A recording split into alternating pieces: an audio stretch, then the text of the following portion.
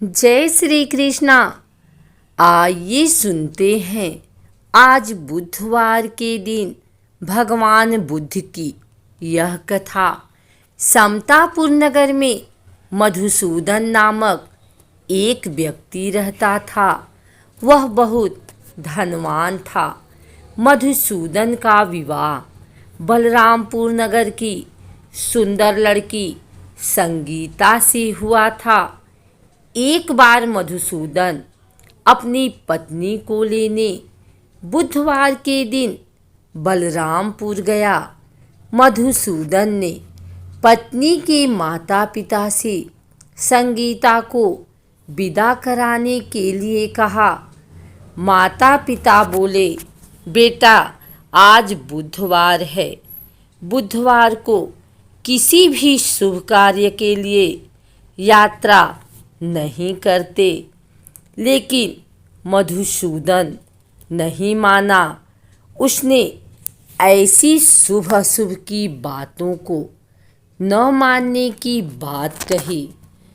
दोनों ने बैलगाड़ी से यात्रा प्रारंभ की।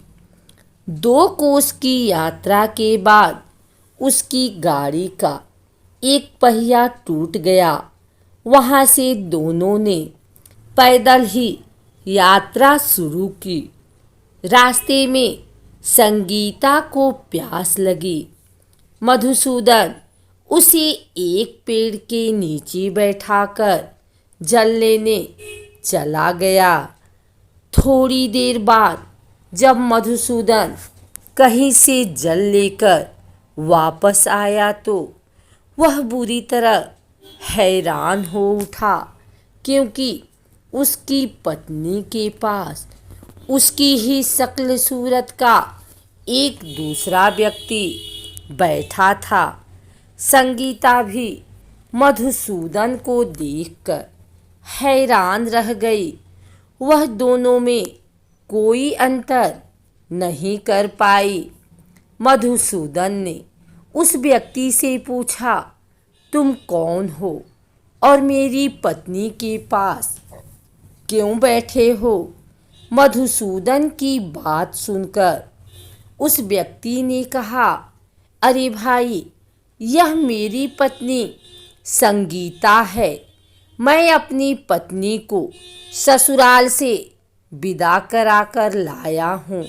लेकिन तुम कौन हो जो मुझसे ऐसा प्रश्न कर रहे हो? मधुसूदन ने कहा, तुम जरूर कोई चोर या ठग हो। यह मेरी पत्नी संगीता है। मैं इसे पेड़ के नीचे बैठाकर जल लेने गया था। इस पर उस व्यक्ति ने कहा, अरे भाई, झूठ तो तुम बोल रहे हो। संगीता को प्यास लगने पर जल लेने तो मैं गया था। मैंने तो जल लाकर अपनी पत्नी को पिला भी दिया है। अब तुम चुपचाप यहाँ से चलते बनो, नहीं तो किसी सिपाही को बुलाकर तुम्हें पकड़वा दूंगा। दोनों एक दूसरे से लड़ने लगे। उन्हें लड़ते देख बहुत से लोग वहाँ एकत्र हो गए। नगर के कुछ सिपाही भी वहाँ आ गए। सिपाही उन दोनों को पकड़कर राजा के पास ले गए। सारी कहानी सुनकर राजा भी कोई निर्णय नहीं कर पाया। संगीता भी उन दोनों में से अपने वास्तविक पति को नहीं पहचान पा रही थी। राजा ने दोनों को कारागार में डाल देने के लिए कहा। राजा के फैसले पर असली मधुसूदन भयभीत हो उठा।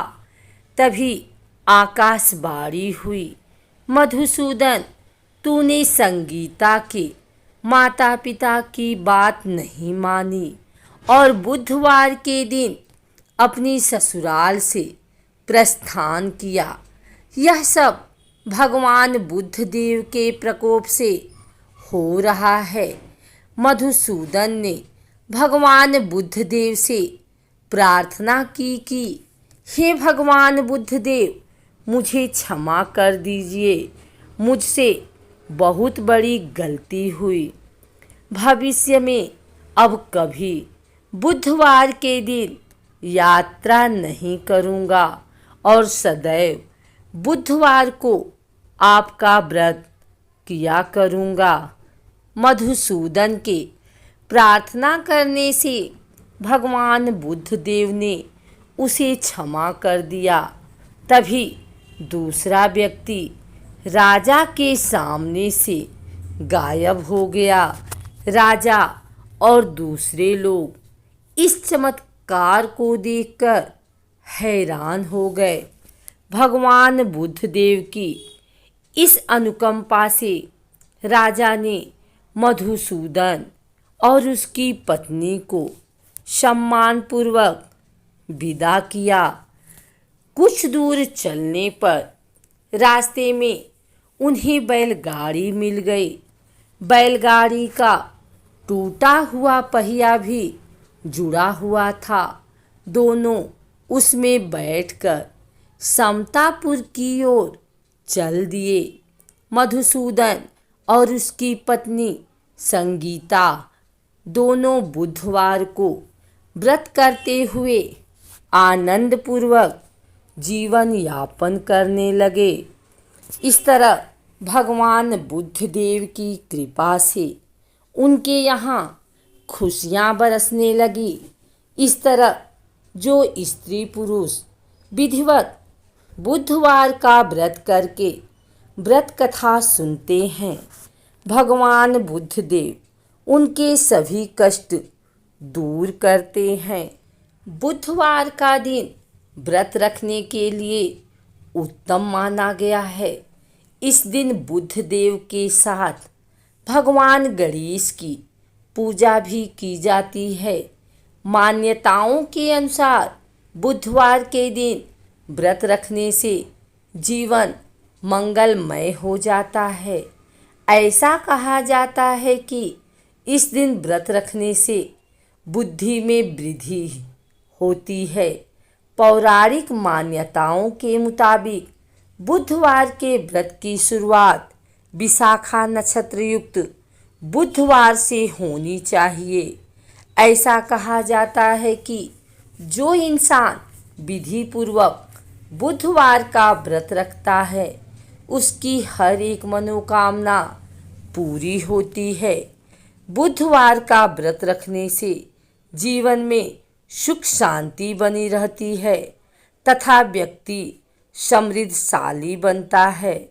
यह व्रत रखने से किसी भी व्यक्ति को कभी धन धान्य की कमी नहीं होती है। बुधवार का व्रत रखने से विभिन्न क्षेत्रों में सफलता मिलती है।